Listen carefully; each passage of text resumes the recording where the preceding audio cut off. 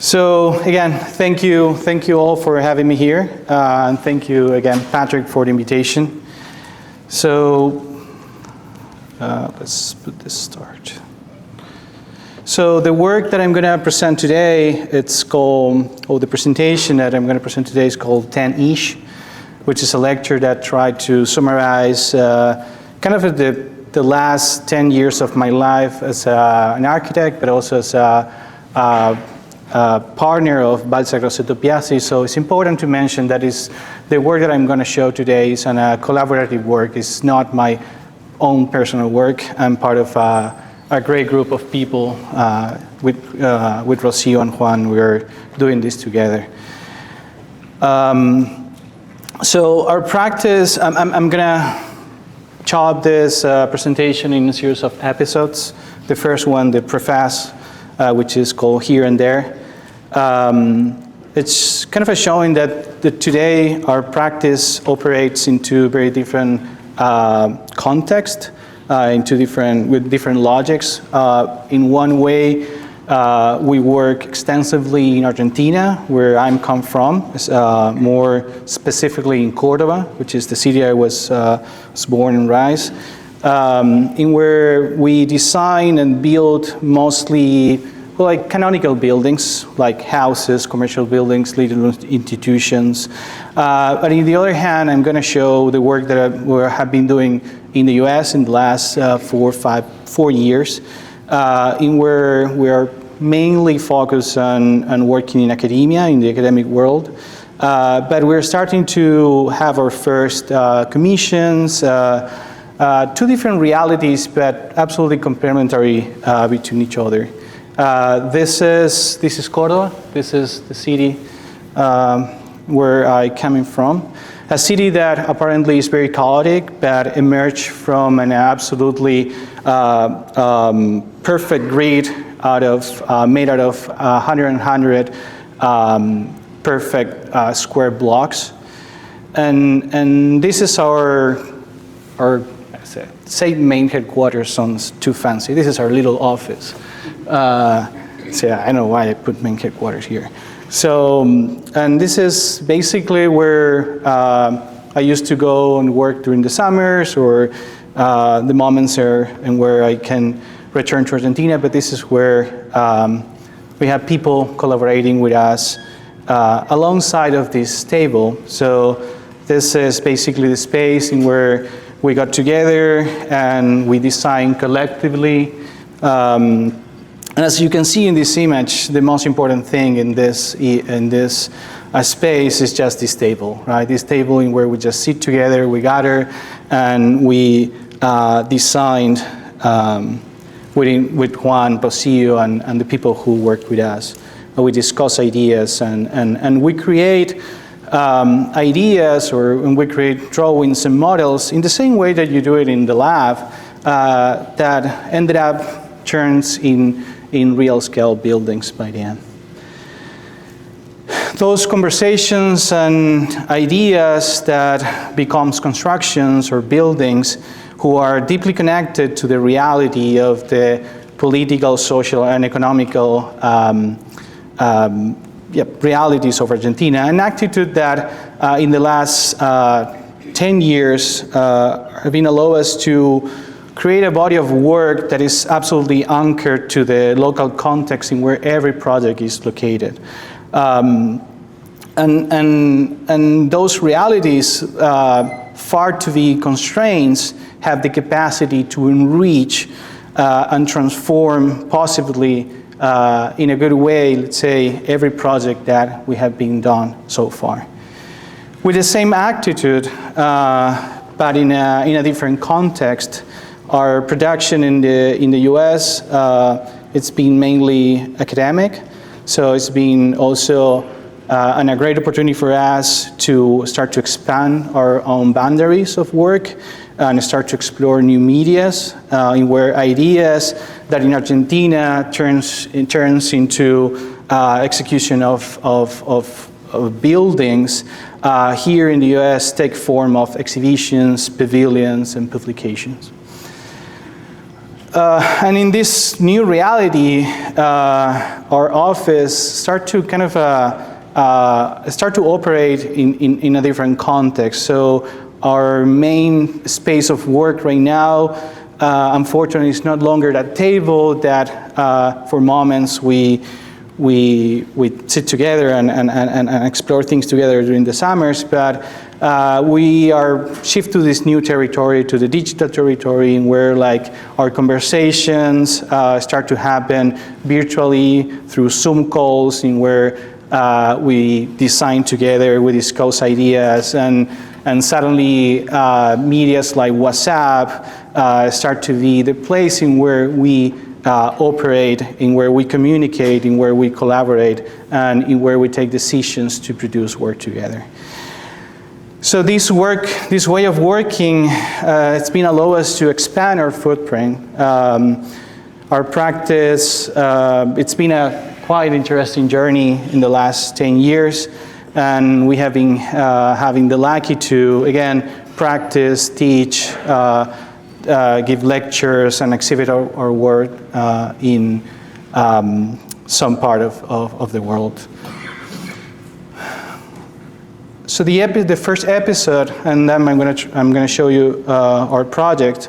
It's called Build to Disappear, and I'm going to present the first work that we did together as a firm almost 10 years ago. This work, it's located in the city of Rosario, Argentina. For those who like soccer, that's where Messi was born. And this is a city that it's in front of the Paraná River, which is the second largest port in Argentina, and the Paraná, one of the largest body of water in South America. And it's in this port in where our first project it's been located. So the opportunity for this pavilion that I'm going to show you emerged as a result of a public competition for the 14th Latin American Architectural Biennial, a competition that proposed to design and build a temporary pavilion in a public space within the port. So the project, which is over here, yep, start to be situated in this like long, small plaza between these two warehouses, in where the exhibitions and all the biennial was held. And a site who was historically marked by those port infrastructures, those ephemeral structures, very lightweight, made out of steel, who used to inhabit the port in order to be able to load the ships. So that story that we decide to celebrate in our proposal through this pavilion, which its tectonic definition reminds and again celebrate those architectures today a little bit forgotten. The competition asked for proposed two really important conditions and constraints who define the main strategies for the project. In one way, the budget, like always in architecture, was very short, and for the amount of square meters that we were required to design and build. And in the other hand, another really important aspect was the place in where the pavilion will be settled, will be anchored, was on top of historical pavers. So and they didn't allow us to touch them. So the pavilion could not damage that heritage during the time in where they will be located. So to those conditions, we took a really important decision who shaped the mostly of the realities of the pavilion later. So instead of define or design in a very customized system, we basically got from scaffoldings, because it was an existing already made system and that allow us to create a structure that we can borrow for a certain time and play with it to design and build the pavilion. So that decision by the end was key because it allowed us to achieve the conditions of the competition. At the same time, that decision allowed us to start to experiment with architectures in where both assembling and disassembling of the components were an important part of the project, not only made it, but also how to make it disappear. This decision allowed us again to design this very lightweight structure, very modular, a structure that have a capacity to have scalability and very low cost, very low energetic cost, just because the elements already exist. So by the end of the event, the idea of the pavilion was to absolutely disappear and the structures become some other architectures after it. So by the end, we got to this project that faced the Paraná River, like those old structures in the port that I show you, that equally inhabited those spaces like the heritage of this site. And at the same time, the pavilion becomes this icon, this like urban and public icon that start to link the city with the events of the biennial. In a scale a little more scale and in more detail, the pavilion turns in this public architecture that localized between these two warehouses also links the events of the biennial. And we have only 3 months to design this pavilion. So the selection again of the structural system, very modular, very rapid montage allow us to reduce the complexity of the details, of the technical details of the project. The details were already made. And allow us to focus in one aspect that we usually don't talk a lot in academia, which is basically the negotiation and the coordination with the municipality, with the construction company, and with the leadership of the biannual. So logistics and negotiations become important part of the design decision. So finally, the construction took over during 3 days. We first assembled the scaffoldings. After that, we placed the flooring, and finally we put some weight, utilizing like stones and vegetations that we borrow from the municipality to allow us to anchor the building to the site without creating any foundation system. So the load itself was the foundation system. So giving us this result as this kind of a structure that starts to be inhabited by vegetation, by fabrics and canvas who play and dance within the wind of the Paraná River. In its interior, the pavilion had no specific program, so finally it was in a space that allowed us possibilities like functions and activities of the biannual. The majority of the effort was on his tectonic definition and the construction system, and a structure, and a very modular structure by 2.6 by 2.6 meters, like a grid, a three-dimensional grid that allow us to build this 13 by 23 meters pavilion plan and 14 meters tall.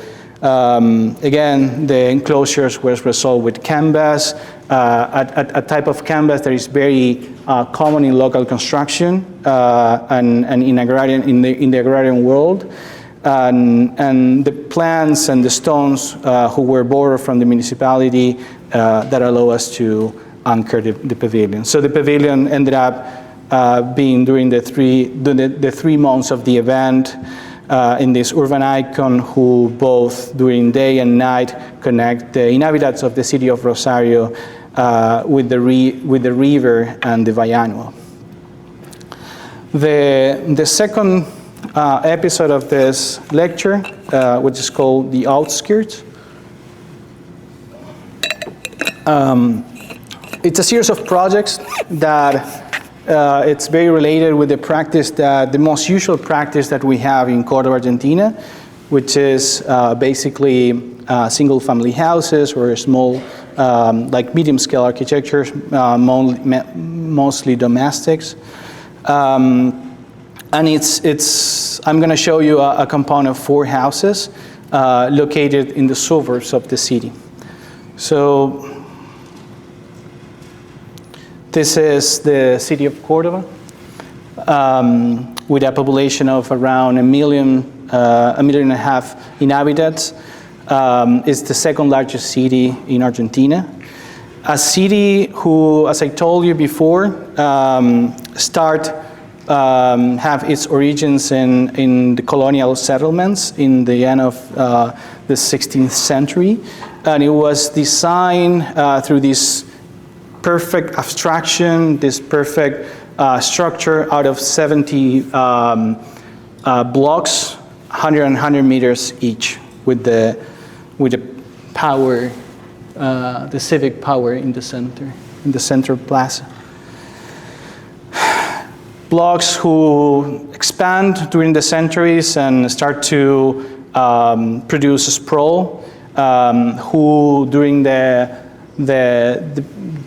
early past century start to be contained, but the definition and the design of this round, who try to again contain the sprawl and through like this ring of automobile mobility.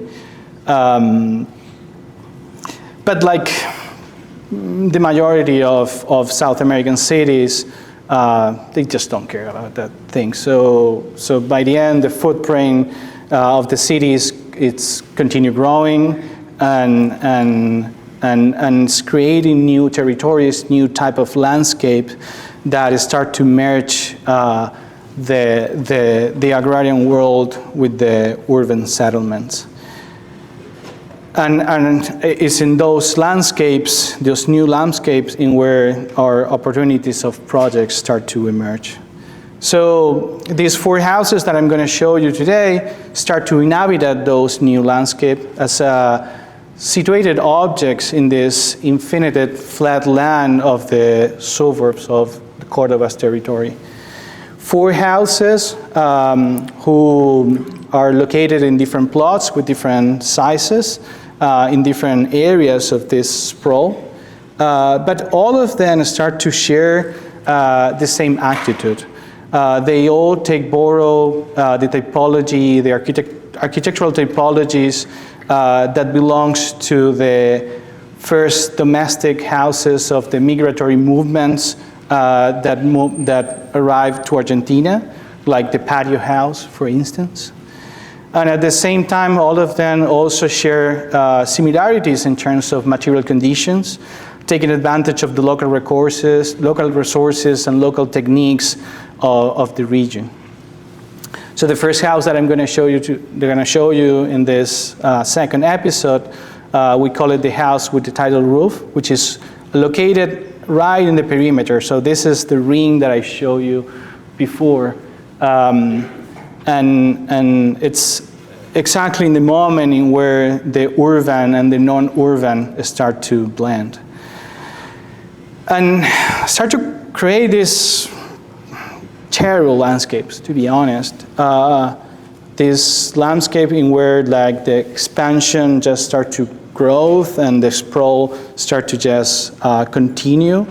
But also following the same abstraction of the blocks and streets that I showed you 400 years ago.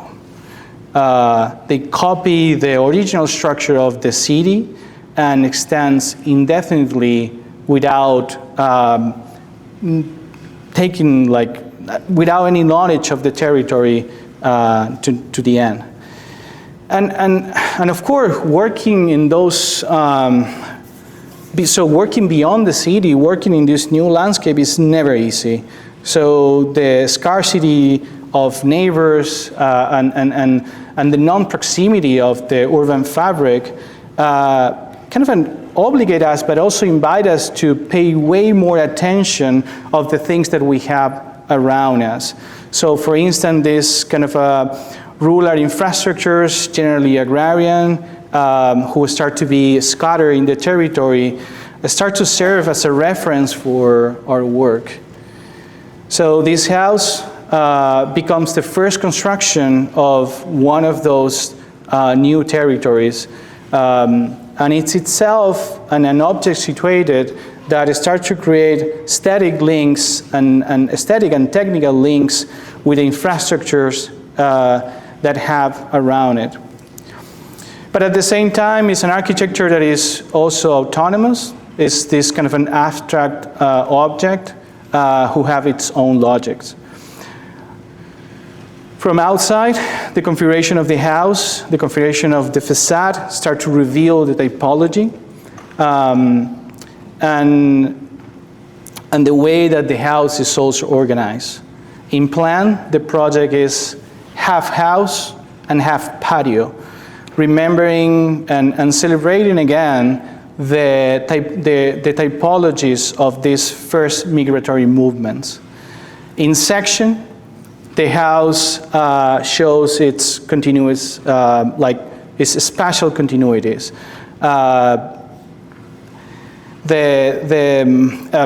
Between the domestic spaces, both in the double height of the living room, as well as the horizontal connection between the inside and the outside patio. A patio that extends to the suburban and function as an entrance of the domestic life. Inside of the house, so from the construction point of view, the house in one side, it's built by this lowering wall of structural bricks who have this U-beams in the top, which is a system that is both structural but also functions as a gutter that allows us to receive and collect the water from the rain. And in the other hand, this kind of an inverted T, which is at the same time a device that is both structural and environmental, because resolve the long span of the structure, but at the same time mitigate the solar exposure, the daylight exposure in the ground level. Inside, the house have this kind of a double high space, which is defined by the section, and allows the inhabitant of the house to establish relationships within the different levels of the house. So finally, this architecture, it's a call for the life to come. And in those territories beyond the cities, also we, like in here, I think we have this kind of a structures. We used to see these very long barns, who serve as a reference for this second house that I'm going to show you today, which is called the Longhouse. It's a house that is located in a rectangular plot. Out of 20 meters wide and 55 meters long, in where this very long but narrow structure out of 6 meters wide and 45 meters long start to create relationships, static relationships and technical relationship with the agrarian barns that exist around. And at the same time, this configuration, this very long typology creates an interior facade who extends all the way to the plot and start to link the spaces between the inside and the outside of the house. So inside the house is this series of spaces, like linked spaces between these very thick walls, who start to allocate spaces of storage, and also during the cold time of the year works as a thermal isolation of the house. So the typology of the house is both a strategy that is serves as an environmental device to reduce the cost, the energy cost of the way that we condition it. In this section, the house revealed the structural system. So again, this very lightweight roof, who rests on top of these U-beams again, who works both as a structure but also as a drainage system. Inside, the ceiling follows the form of the structure and defines this very generous space in where the lives happen. From the exterior, the house is expressed by this very long wall in where the mass of the building is sometimes subtracted to generate opening and spaces who allows the relationship between the patio and the house. The third house of this series, it's house of 3 patios, and that also takes reference of the history of the domestic dwellings in Córdoba, like this house of walls and patios, very, very common in Mediterranean architecture and part of the history of the first migratory settlements in the territory. And taking borrow of these historical lessons, this Mediterranean architecture shaped this idea of the patios and the walls. So these houses have similar conditions. This is not a really good photo, but have a similar conditions like the first house. So the person who asked us for the house, when the house was built, there was no neighbors. There was no neighborhoods. There was like the first house in the place. So he was a little bit concerned about certain things that potentially happen in the house. So he wanted to be protected. He wanted to be hidden. So by the end, this house becomes this kind of an abstract object in where the house only was revealed. The domestic life was only was revealed in its inside. So from the street, the house is this kind of a 2 meters tall and very long wall that works as a thick skin to establish kind of like a frontier between the rural and the domestic. But once you pass this frontier, this limit, the house start to show up, and the interior landscape of the house start to emerge. And through these big gates, the house, again, the interior start to appear gradually, and the intimacy of the domestic start to be present, as well as the patios that start to establish relationships with the landscapes. Inside, the house is organized, again, by the presence of the 3 patios. This is a very common typology in Mediterranean architecture. But also it's a device that allows us for illumination, ventilation, and it's an environmental device that allows us to refresh the house during the hot part of the seasons.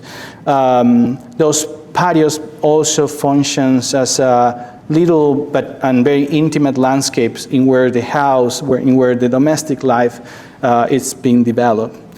In the section, we can see how, again, the interiors of the patios start to connect with the limits of the house, so the limits start to blur, and only in the perimeter of the house, the walls becomes like this kind of opaque elements that do not allow the life to be seen. Lastly, those patios, very common again in the global south. It's the main element that makes the life of this house to happen. The fourth and the last house of this series also take reference for elements that we used to see in those territories that this old brick clean. And this house, the house of the three landscapes, start to appear as a kind of a celebration of the reference of those objects that also shapes in one way the landscape through its production of bricks. This is, I think, the second house that we did. So of course there are a lot of things that I'm not very happy about it, but that by the end you will see that things will evolve and change like everything in our history. So the project was commissioned for a family who also desired to be protected. Its intimacy wanted to be kind of protected and hidden from its urban context. So the house again turns in this kind of a wall that only reveals the life through these two moments, and a window and a door. And its condition allows us to design a project that you can see in plan. Basically, at the ground level, we design this very thick wall, this like a 2.5 meters thick wall that contains all the support elements of the house. And once this wall was passed, the house started to reveal the life. In section, the thick wall also that face the street start to contain again service and circulations, while the rest of the house is basically facing and is transparent to the patio. Very simple construction techniques, so basically masonry systems that connected with waffle slabs and create this kind of a mass of that makes the house. So the house finally responds to three landscapes in where the house is involved. The first one, it's like this thick wall, this closed wall that is closer to the street. A terrace that allow the inhabitants to enjoy the large views, and a porch in the back that functions as a device that mediate the inside and outside of the patio. Lastly, the house is this device that allows the people who inhabit them to be open and closed, depends of the relationship that they want to establish with the outside. The third episode that is called The Common Things. I'm going to talk about mostly about techniques and some rituals who are very important in Argentina, like making barbecues. So approximately 20 miles from Córdoba city, right? So this is Córdoba, and this is like where the project is located. So 20 miles from Córdoba, crossing this kind of a little hills and mountains, you can find the San Roque Lake.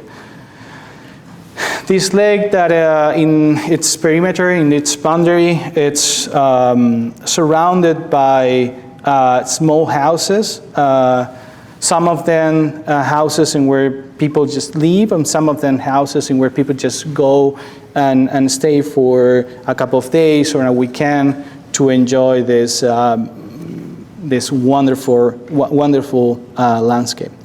So the architecture, this little roof that you can see over here, is kind of located. It is located between these mountains and the lake. And funny enough, for your story, when we arrived to the site, unfortunately the client already started to get rid of native vegetation. So the first thing that we asked him was to stop. So we decided to place the new constructions exactly in the place in where those trees were cutted. There is also important to mention that the pool was already made, so the pool was another like existing element. And it was important for us because it allowed us to understand the scale of the site. So you can see the new constructions that we made also kind of follows the same type of dimensions. So in this way, we were allowed to build this kind of a systems of small architectures in where these two buildings start to create dialogues between each other.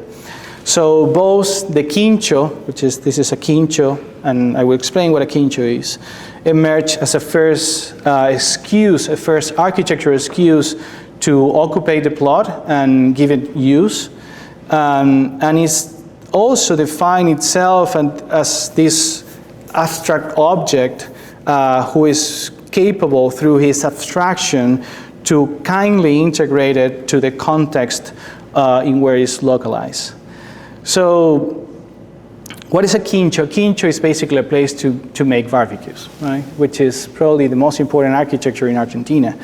So the project itself is very simple, right? It's just a roof that is supported by two thick walls with the only intention to create an habitation, a room big enough with the enough hierarchy to celebrate the big reunions around a table.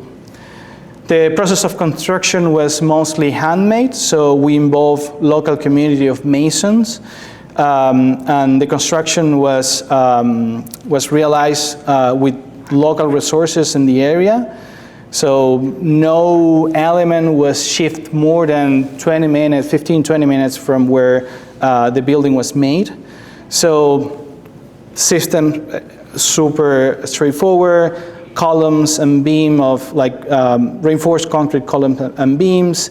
On top, this slab of prefab concrete beams. And the way that the building was made is using exactly the same techniques as any construction around it. So, and that's kind of an important thing for us because the way that we build, we try to say that it's cheap, is simple, and it's local, because we believe that in that way our buildings are more democratic, so basically more people can get involved in the construction of our buildings. So there's not really high skill labor who is required to build the things that we designed. And this is really, really important for us. So by the end, the house was basically built with just one drawing, the structural plan. For many reasons. First, because it was a simple structure, but also because it was during the hardest time of the COVID. So we were not able, like now, we were not able to go to the construction field. So basically the only drawing that the masons have with them was this structural plan that again allow us to, or force us to reduce the complexity of the project, to simplify as maximal as possible the construction in order to make it happen. So lastly, the quincho was this kind of a structure, very economic, very simple, that was basically there to create the possibility of making asados. So the bricks were produced locally, so with the soil of the place. Again, no element, no material needed to shift to travel more than 20 minutes from the project. And the plan is very simple. You can see that it's basically these two thick walls that hide the service. So basically bathrooms and storage, and basically hold the barbecue grill, and just one cover, one roof that allows the room to happen in order to be able to celebrate the barbecues. So the reduction of the details at the minimum, at the same time this kind of static, but beyond the static, this logic of almost like unfinished project, responds to an attitude of responsibility and common sense for us in a context in where the constant economical crisis that is being affecting the country during decades was an important element for us, because otherwise this project will not be able to made. So the lacking of the absence of ceiling plane and this kind of exposed slab, in where also the electric system is external, that reduce considerably the work on the field, but also the maintenance cost. So this is a very easy, very cheap building to be repaired. From the construction point of view and also from the aesthetic point of view, we try to avoid any type of generic element, so no doors, no windows, was another an important aspect of this construction. So again, to reduction of the maximum, so for instance, the interruption of a wall, it's a door, and that's it. That's the only thing that this project needs.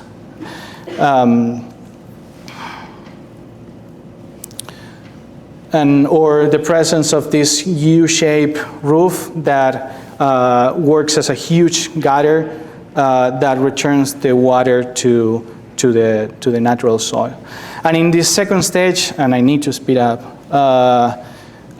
once the quincho was done, basically the client asked us to make a second structure, and because we have basically no time, a second structure in where they can, almost like a house, in where they can just go and stay for a weekend. And the client, wanted the house right now. So they kind of don't give us time to design and to think and to kind of do almost anything. So we just took a decision who was to basically do the quincho again. So basically, we replicate our own design. We already have the structure. Everything was the same with some little changes. So again, the house is these two very thick walls, these two parallel walls in where the thickness you can allocate the infrastructure, and everything else is just a space in where they can eat and rest, or simply just be there. Right? So, but the necessity of privacy, because this is another typology, it's more like a house, requires to enclose at some point two faces. So one face was enclosed with a mobile doors, retractive doors, and a wall, a brick wall, who have some openings that allows the air go through and ventilate naturally the house. So towards facing the street, the wall is basically what separate the street from the house is this little patio that right now is full of vegetation. And the boundary of the house is this kind of this wall who have little openings that allows the air go through. In the other side, to the inside of the lot, we designed this kind of a folding doors who opens to allows the connection between the inside and outside. Who, when they're closed, they start to reflect the landscape. And in the same way that the quincho allows to the landscape path through. The construction system of the house is the same as the quincho, so these masonry walls and a roof that basically allows the room to happen. Finally, the house and the quincho play to be like these twins architectures that look each other and dialogue. The last episode, and I think I have 1 minute, it's traces. This is a very important project for me. It's one of the first projects that I did as a as a professor of this school. It's a project that was built with 12 Virginia Tech students, so if any of you are here, thank you again for your support. And this is a project that was a commission for the Chicago Architectural Biennale, who was curated by Florencia Rodriguez. The Architectural Biennale is the second largest and most important event in the architectural world. And the project we were invited to realize was an ephemeral pavilion, who supposed to be part of the public systems of the public spaces of Chicago. And how it's usual for us, as you can see, we always start with references. We are terrible facing a white paper. So for us, this piece of art, who start to kind of mark the way in where you can just can leave the less amount of mark in the territory, was key for us. So, but beyond the abstraction of the idea or the concept, the site matters a lot for us. So its site and the historical load was fundamental for us to take decisions of the project. So the project was thought to be located in the front lawn of the Griffith Museum in South Side Chicago, with the objective, with the goal of being a new collective space for Jackson Park. Aside,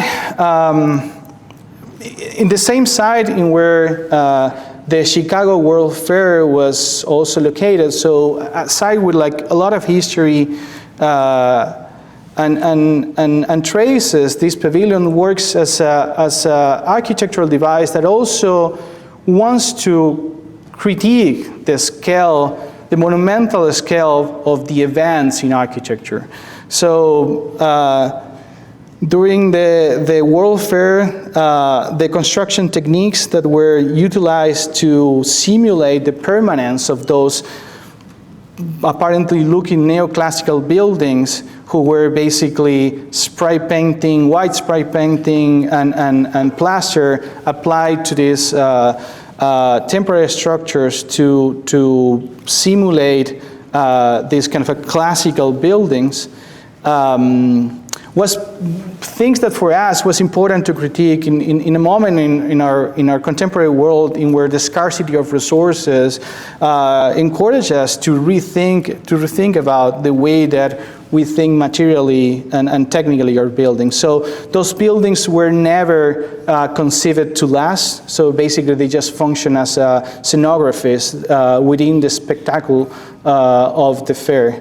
So our first intuition was to start to study those architectures and those buildings that were built for the fair, and we select the 15 ones that we think that were the most important for the fair. And in this idea of composition, we create this new system that was able to reorganize conceptually the distribution of those buildings, almost like playing to create a new building, join them all. And finally, the installation, the pavilion, adopt the form of this very large and low line of bricks who trace the footprint of the great buildings. A line who also positions in the central axis of the Griffith Museum. And through its scale, so you can see over here, pavilion, start to create relationships between the institution and the urban fabric of Chicago. For its construction, we used 10,000 bricks who were donated for this exhibition, this like pavilion. We redesigned the technique. So again, like the first project that I show, this is a temporary architecture, so it's built to disappear. So we linked with simple straps. Basically, it's a dry stack system linked with straps, that create this 12 brick pack model who was key to build the project. An absolutely collective work, again, with this very committed 12 Virginia Tech students who design and build with us the process of building this installation. And once the blocks were organized, we move it with union labor to the front lawn in order to create this pavilion. So finally Traces configure a new collective space in Jackson Park, facing the Michigan River. And it's capable to dialogue with the territorial scale of the city of Chicago. And at the same time start to establish relationships within this institution that face it and it's part of it. So Traces offers this silent critique of the continued evolution of architecture values. So for us, from the spectacle of the substance to the permanence of the illusion, to the impermanence of the intention, was the element that allowed us to build this broken line, who start to configure the footprint of the buildings of the fair, and at the same time works as an autonomous system of benches and platforms for the collective reunion and the capacity of enjoying the city through public space. Thank you.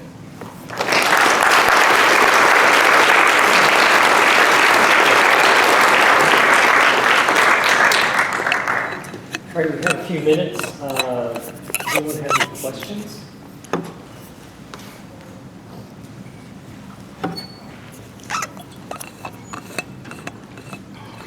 I have a question. Your houses appear to be very monolithic construction. I think that also gives them certain power. Difficulty, I think, that we often see is how do you deal with thermal transmission in those very monolithic constructions. Can you give us an idea? So they're monolithic, but so I can return to a detail, but basically they're built on layers. So mostly of the houses have 2/4 layers. So basically there is an inner layer of ceramic blocks who basically support the structure. The load is basically the load-bearing element. Then in between, depends where you are, you can either put between 2 or 3 centimeters of foam, basically non-dense foam, not like rigid insulation like that we have here, so it's basically more simple. Or you can make an air gap that usually doesn't work very well because the motor can create potential links between the two faces, the outside and the inside.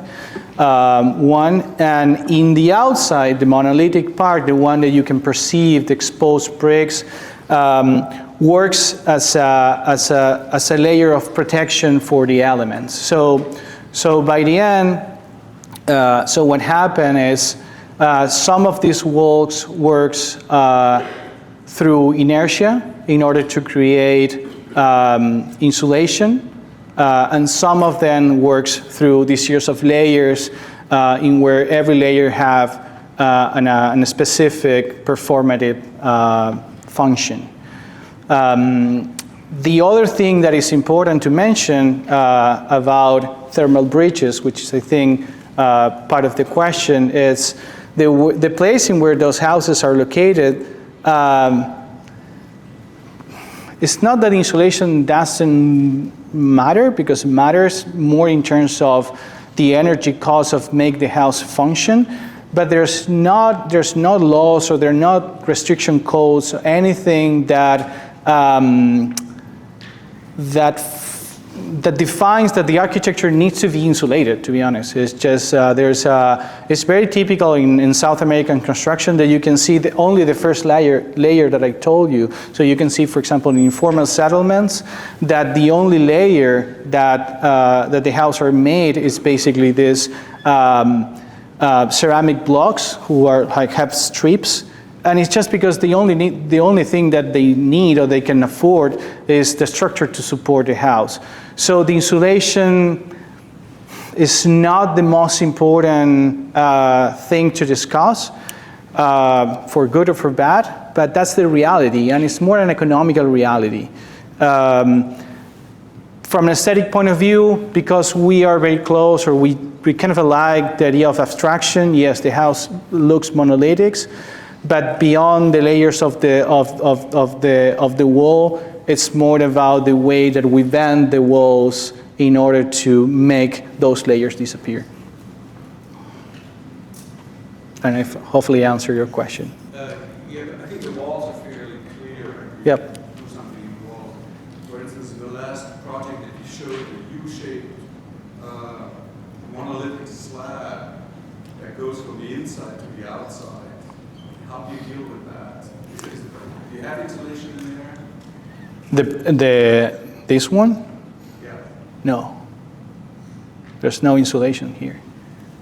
So, but again, it's a climate that do not really require that too. So you can see like mostly of the energetic, like the element that provides the heating for the house is this just. I don't know how to say that in English, or it's like this, like a fire pit. It's not a fire pit, but no insulation. Like these houses are full of thermal bridges, so any of those constructions can happen here. But that's important to understand, because different contexts have different logics, right? So not only in terms of the weather conditions, but also in terms of the economical logics, and also from the capacity and that's something that I remarked during like the presentation, the fact that our buildings are simple, cheap, and very local, because it's not only that it's hard and expensive to have to find very like high skill labor, but also it's unsustainable from the social point of view. For instance, and this is something that I didn't mention, the whole construction of these two buildings were made by a single family. And that family provide us the bricks, provide us the people to make it. So we fed a family for 2.5 years. And that was important for us in the same way that it was important for us to define the connection between the slab and the mullion. So it's all kind of connected.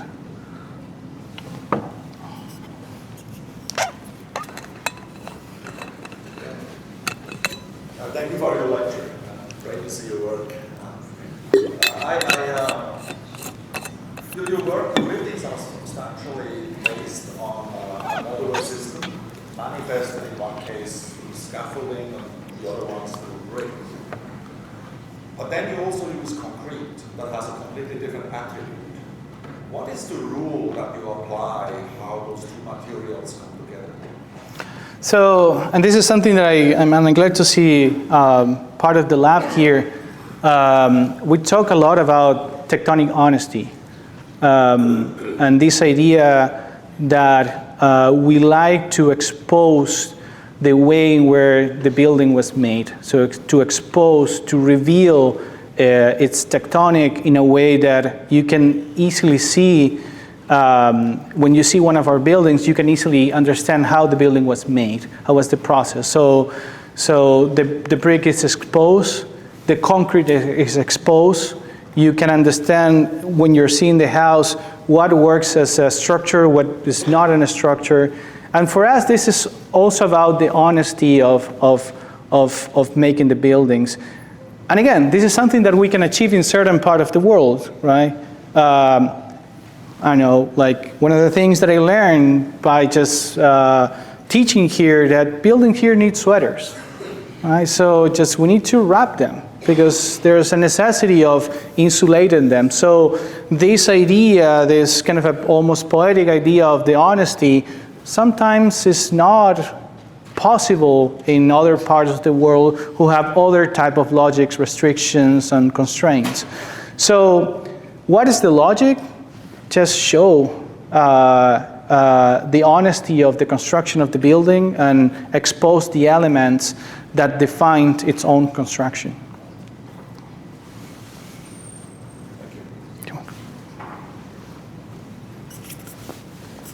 I know that in large parts of the world that, as you said before, economics and affordability are really important.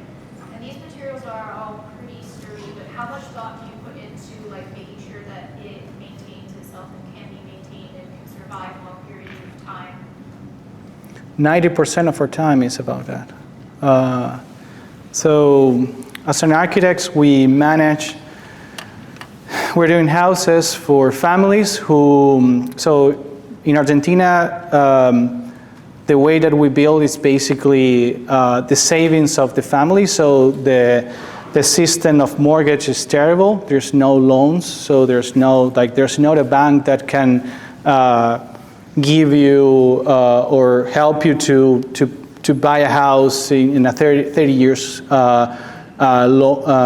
mortgage. So basically, for us, it's extremely important to understand the economical part of our constructions, because we're playing probably with the savings of a family for 30, 40 years, or with the heritage of the family. So the buildings that we did, or the buildings that we do, are the most expensive element that those families will need to affront in its entire life. So it's not only about to make it, but also the amount of the economy that involves to maintain them. So every decision, every material decision, every technical decision, every design decision is related to be responsible with the economics of the family in where we're working with. And again, for us, this is really important. So we spend a lot of time doing Excels and things like that. I just noticed a lot of your buildings tend to have a really weathered element to them. A really what, sorry? What'd you say? A really what element? Oh, like a really weathered element. Weather? Like the bricks on that building tend to have a lot of weather. It kind of gives a weathered kind of vibe to it. And so I was wondering if that was intentional. I noticed that the bricks are kind of they don't look brand new, and they look kind of weathered over. Same thing with. But particularly So, for example, you're saying these white lines or things like that? Are kind of weathered, and I kind of notice that there's it looks like it's built been there for a while, and so I'm curious to know if that's intentional. Same thing with concrete. So I think more than intentional, we think about how these buildings will age, right? So, and hopefully our goal is they age better. So basically our hope is our buildings will be nicer and look better in 20 years than the day that we just just deliver them to our clients. And that is something a really important material decision. So we try to use elements that usually belongs to the mineral world. So basically are made out of soil or any kind of mineral. So they can resist the time and they can age well. And yes, it is intentional.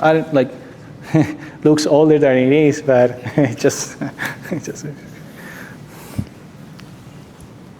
All right. Thank you very much. Thank you.